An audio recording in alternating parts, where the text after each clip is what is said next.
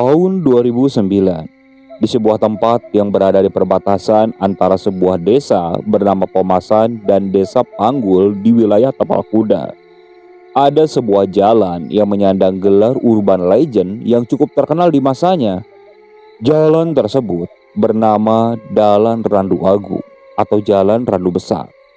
Pemberian nama pada jalan tersebut tak lepas dari banyaknya pohon randu yang berjejer dari kanan dan kiri jalan sepanjang 800 meter. Dan yang membuat jalan ini semakin terkenal adalah mengenai keberadaan kampung pocong yang diyakini menghuni kawasan tersebut. Dan sepanjang jalan ini hanya disediakan satu lampu penerangan, tepatnya di tikungan di mana ada sebuah pohon randu yang ukurannya paling besar di antara pohon randu lainnya. Masyarakat percaya pohon randu tersebut merupakan pusat dari kampung pocong ini. Eksistensi gangguan kampung pocong ini tak lepas dari beberapa kejadian yang dialami oleh pedagang ataupun orang yang berasal dari luar desa, yang seringkali mengalami nasib kurang mujur ketika melewati Dalan Randu Agung ini. Seperti kisah seorang pedagang bakso keliling yang kita sebut saja namanya Pak Jali. Pak Jali ini merupakan seorang pedagang bakso keliling yang berasal dari luar desa, yang memang suka menjajakan dagangannya dengan cara mendorong gerobak baksonya. Beliau seringkali sampai di desa Pomasan pada sore hari. Dan biasanya dagangan Pak Jali ini sudah habis di desa Pomasan, karena penduduk desa sudah menunggu untuk menyantap bakso Pak Jali yang terkenal enak dan murah meriah. Pada suatu hari, Pak Jali sampai di desa Pomasan terlalu petang.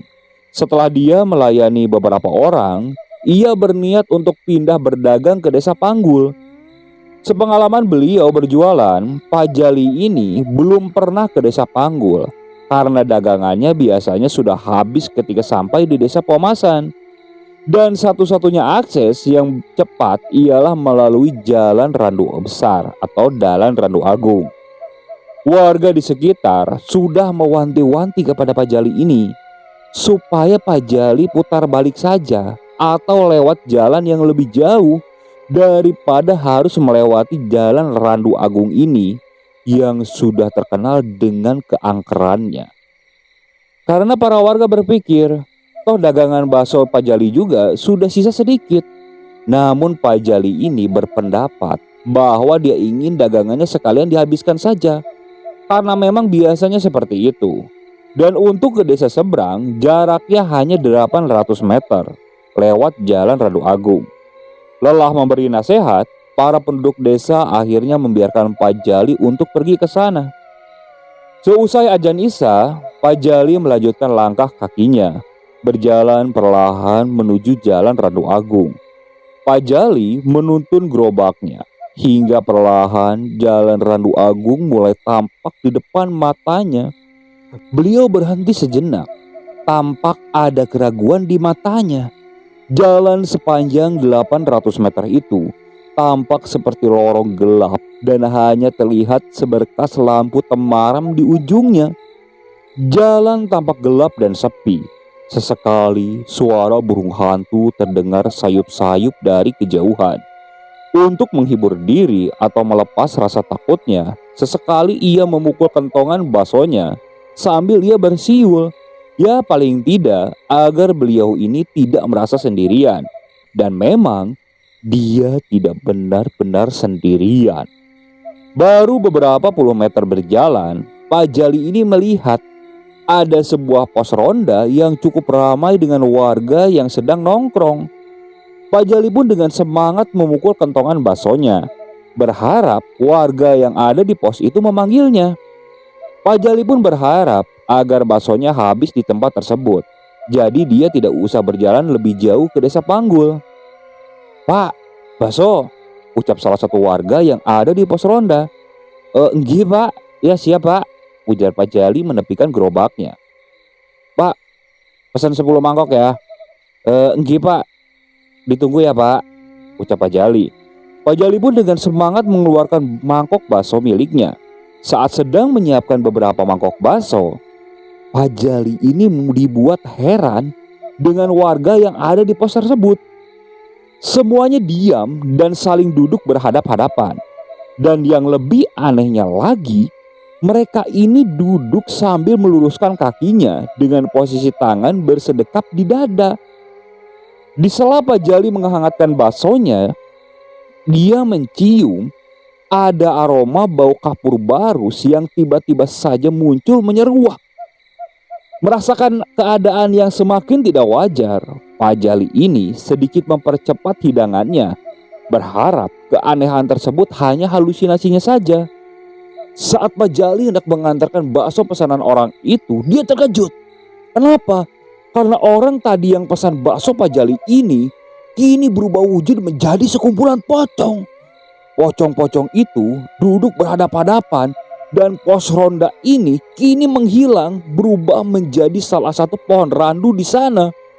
Pak Jali yang melihat penampakan pocong-pocong itu, ia sangat ketakutan. Badannya gemetar hebat.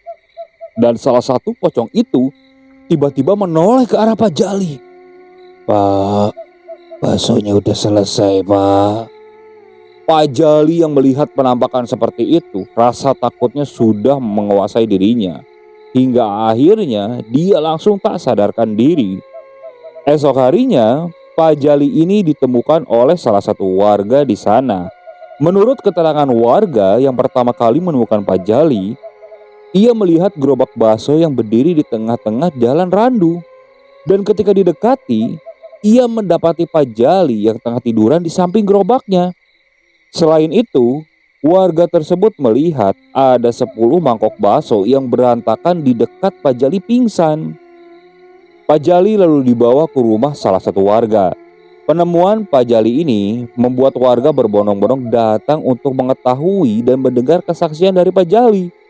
Ketika Pak Jali sudah sadar dan lumayan tenang, ia kemudian menceritakan pengalamannya semalam.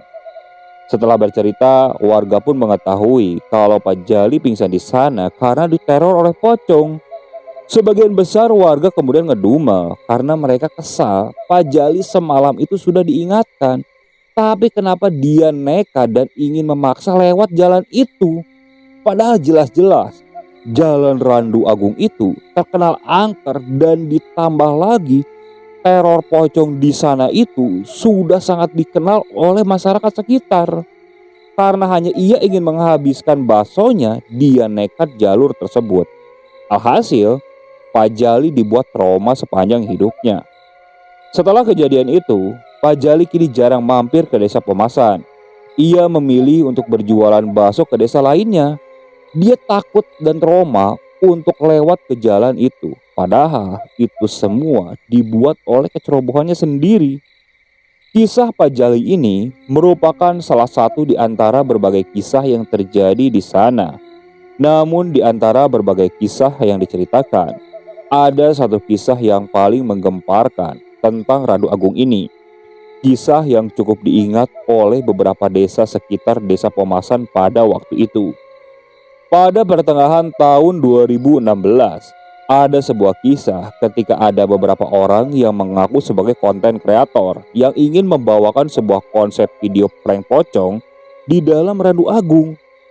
Mereka sendiri membuat konten tersebut karena terinspirasi mengenai cerita urban legend dari Jalan Randu Agung ini. Bukannya menjauhi, mereka ini merasa tertantang untuk membuat konten di area tersebut. Pagi sekitar pukul 10, mereka melakukan survei lokasi. Terlihat penduduk desa juga beraktivitas seperti biasa. Mereka merasa nyaman dengan lokasi yang ada di kanan kirinya. Terdapat banyak pohon randu yang tinggi menjulang.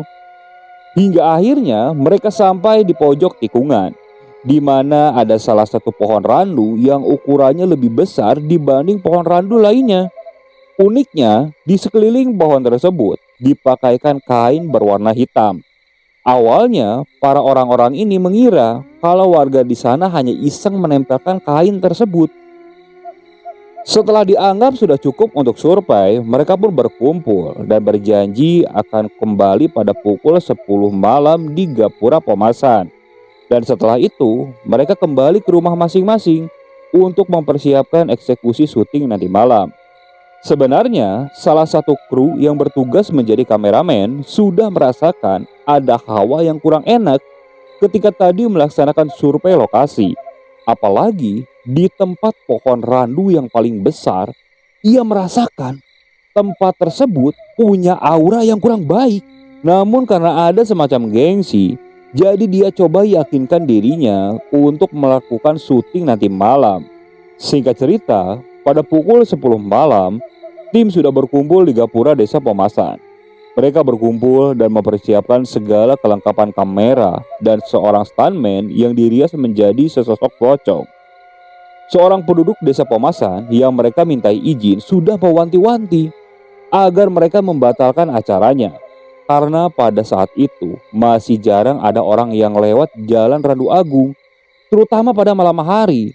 Yang ada acara mereka nantinya gagal dan takutnya ada kejadian apa-apa.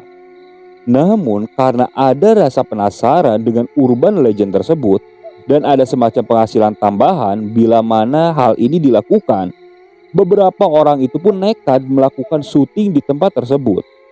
Mereka juga sudah menyiapkan beberapa orang sukarelawan agar pura-pura lewat di jalan tersebut ataupun lari dan pingsan ketika ditakut-takuti oleh pocong palsu ini.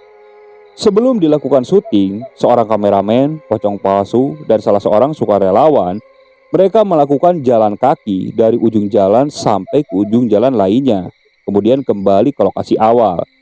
Prosesi ini mereka sebut sebagai ritual adaptasi, agar nantinya proses ketika dilaksanakan acara prank ini bisa berjalan dengan lancar. Dalam perjalanan itu, sang kameramen menyalakan kameranya. Adegan dimulai dengan merekam si pocong stuntman dan salah satu orang bayaran tadi. Awalnya mereka masih saling mengobrol santai, berkenalan dengan sekali melempar canda untuk mencairkan suasana. Kemudian sang kameramen ini menjelaskan job mereka masing-masing sambil tetap disorot oleh kamera. Ketika sudah sampai kira-kira separuh perjalanan, mendadak kamera perekam ini merekam sesosok pocong lain di belakang pocong palsu. Sosok itu hanya berdiam dan berdiri di sebuah pohon randu. Namun si kameramen belum menyadari hal itu, sehingga ia tetap melanjutkan rekamannya. Sambil melanjutkan langkah kakinya, kameramen itu mulai menjadari banyak hal yang di luar nalar. Mulai dari hawa yang semakin panas, suara serangga malam yang tiba-tiba hening, sehingga ada suara benda jatuh berukuran besar yang terdengar seperti beberapa kali. Hingga akhirnya kamera ini menangkap ada beberapa sosok putih. Ada yang melayang, ada yang cuma menampakkan kepalanya saja, ada yang berwujud pocong utuh, di mana akhirnya para penghuni jalan Randu Agung tersebut mulai menunjukkan eksistensinya. Para pocong tersebut kemudian bertambah banyak yang masuk dan terekam oleh sang kameramen itu. Bahkan di antaranya ada yang terbang mengikuti ketiga orang itu. Anehnya, ketika dilihat dengan mata telanjang, ketiga orang tersebut tidak melihat adanya penampakan pocong itu. Namun mereka semua menyadari kalau suasana di jalan tersebut kini mulai berubah menjadi sangat mencekam. Ditambah lagi, mereka mulai mencium ada aroma bau busuk yang entah dari mana sumbernya. Kamera terus merekam berbagai penampakan tersebut. Karena saking banyaknya pocong yang muncul di kamera, si kameramen pun mulai berteriak pocong dan dia langsung berlari tunggang langgang. Kedua orang yang direkam pun kemudian berlari mengikuti si kameramen tersebut. Video kamera itu kemudian berubah menjadi blur karena si kameramen membawanya sambil berlari. Saat mereka sampai di tikungan di mana ada satu-satunya penerangan di sana, mereka kemudian berhenti. Dan saat kamera mulai stabil merekam, tiba-tiba lampu yang jadi penerangan itu mendadak menjadi padam.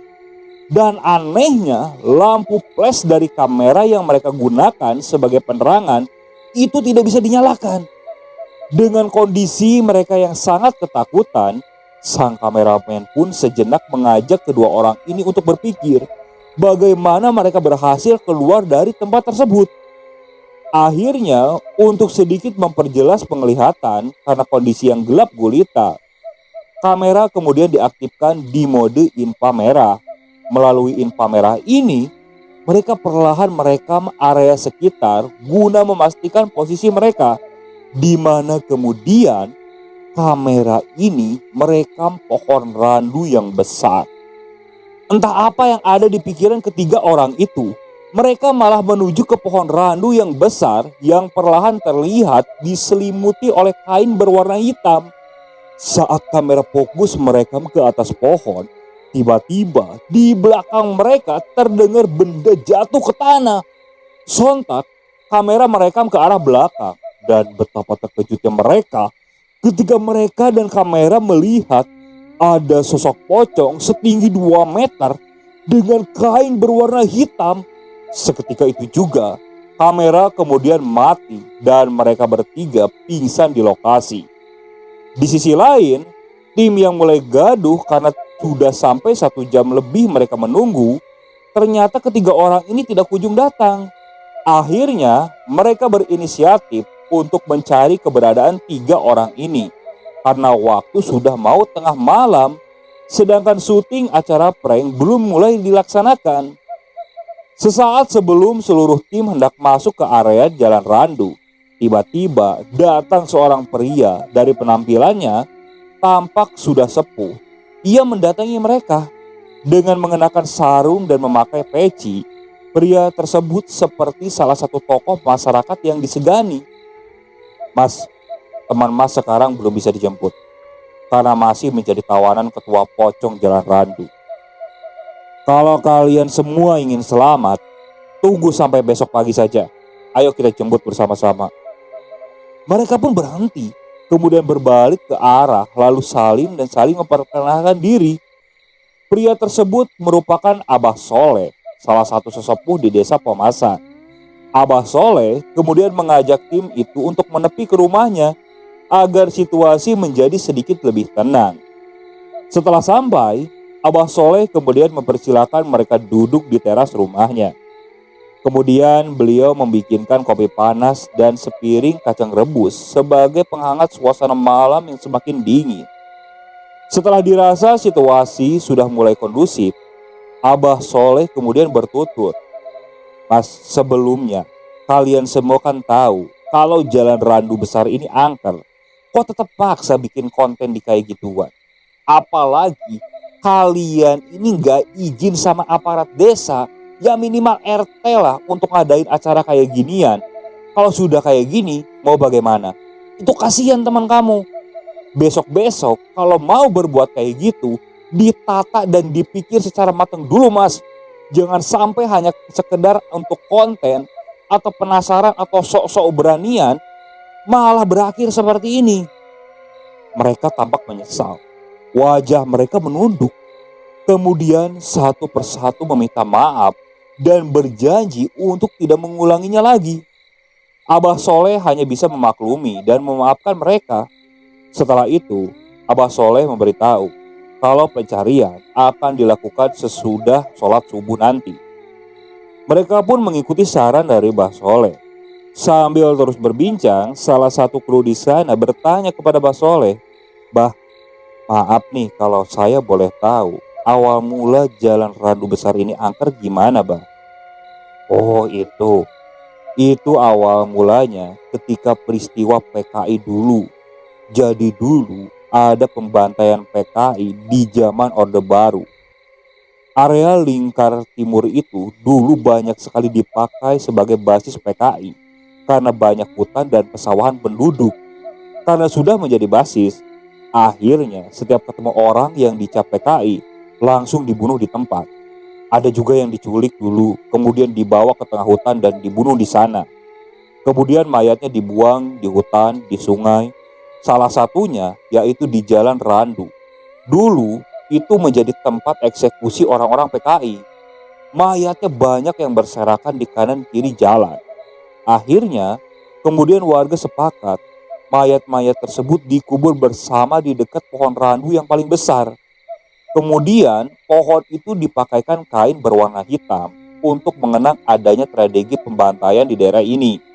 Nah, terus pocong-pocong itu dari mana, Bah? Awalnya pasti aku tidak tahu. Cuman kalau kata orang dulu, ya itu arwah penasaran korban pembantaian. Malah ada kabarnya, itu seorang dukun yang ikut dieksekusi, yang kemudian diyakini sebagai wujud pocong berwarna hitam di situ. Nah, pusatnya itu yaitu di pohon randu yang paling besar, karena semuanya dikubur di dekat situ. Sekarang yang penting berdoa saja sambil tak bantu. Semoga teman kamu ini gak kenapa-napa. Baik, bah. Di sisa malam itu, mereka semua berdoa untuk keselamatan rekan mereka. Hingga tak terasa, sayup-sayup azan subuh pun berkumandang. Kemudian setelah sholat subuh, Abah Soleh, Tim dan dibantu oleh beberapa warga pergi menuju Randu Agung, tepat di bawah pohon randu yang paling besar. Sesampainya di sana, mereka dibuat tercengang ketika ketiga orang tersebut terbaring berjajar dengan posisi tangannya bersedekap tanpa menggunakan busana sehelai pun, persis layaknya orang yang sudah meninggal. Cepat kasih selimut, kemudian segera diantar ke rumahku, ucap Soleh. Mereka pun kemudian membawa ketiga temannya ini dengan satu mobil pick up untuk kemudian diantar ke rumah Abah Soleh. Sesampainya di rumah Abah Soleh, mereka dibaringkan sambil dibacakan doa-doa. Kemudian satu persatu wajah mereka dibasuh menggunakan air yang sudah didoai. Kemudian secara perlahan mereka bertiga akhirnya sadar, namun dengan kondisi kesadaran yang masih agak linglung. Sebab ketika ditanyai, ketiga orang tersebut hanya diam dan sesekali tertawa pelan, seperti terkena serangan batin. Namun Mbah Soleh menjamin bahwa mereka bisa sembuh asal tetap dibantu dengan mediasi berupa bacaan doa dan didampingi terutama ketika sendirian. Setelah itu, warga membawa kamera yang mereka gunakan tadi malam. Penasaran dengan hasil rekamannya, salah satu dari mereka kemudian membuka rekaman tersebut dan dilihat bersama-sama di rumah Abah bersama beberapa penduduk.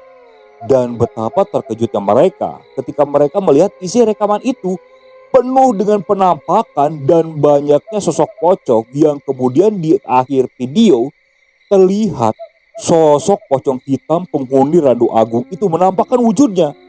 Sayangnya setelah video tersebut akan diputar ulang, video itu tidak bisa berjalan dan hanya menampilkan gambar hitam saja. Namun masih terdengar bagaimana suara ketakutan dari ketiga orang itu. Sontak, video tersebut kemudian menjadi buah bibir masyarakat di sekitar. Setelah kejadian itu, tim itu memutuskan untuk menutup channelnya. Kemudian ada satu atau dua hal yang menyebabkan mereka mengakhiri konten itu.